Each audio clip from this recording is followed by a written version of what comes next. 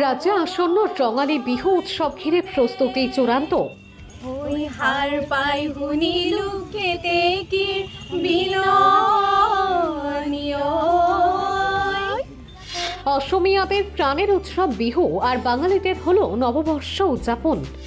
সব মিলিয়ে রাজ্যের উৎসব মুখর পরিবেশ সাংস্কৃতিক জগতের ব্যস্ততা বৃদ্ধি করেছে ইতিমধ্যে।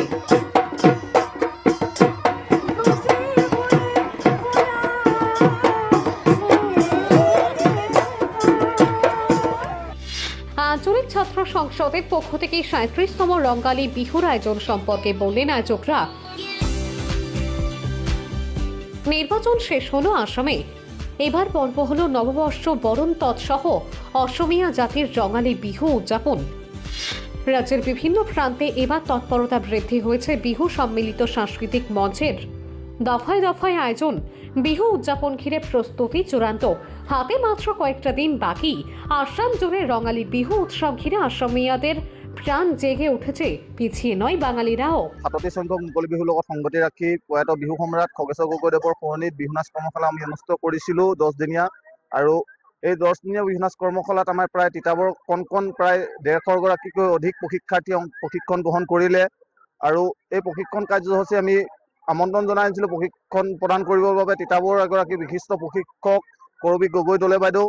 আমি বাইদেউৰ প্ৰশিক্ষণত আমি প্ৰায় 150 গৰাকী প্ৰশিক্ষাৰ্থীক প্ৰশিক্ষণ প্ৰদান কৰিলোঁ।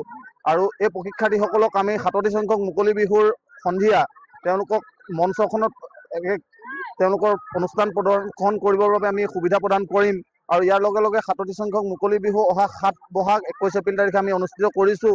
এই অনুষ্ঠানভাগিত সমূহ তিতাবৰবাসী ৰাইজৰ সহায় সহযোগিতা আমি উপস্থিতি একান্তৰে কামনা কৰিছোঁ।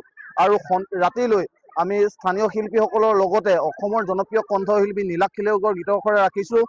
সাংস্কৃতিক সন্ধিয়াটো আমি সুকলমে সমূহ তিতাবৰবাসী ৰাইজৰ সহায় সহযোগিতা আমি একান্তৰে কামনা কৰিছোঁ।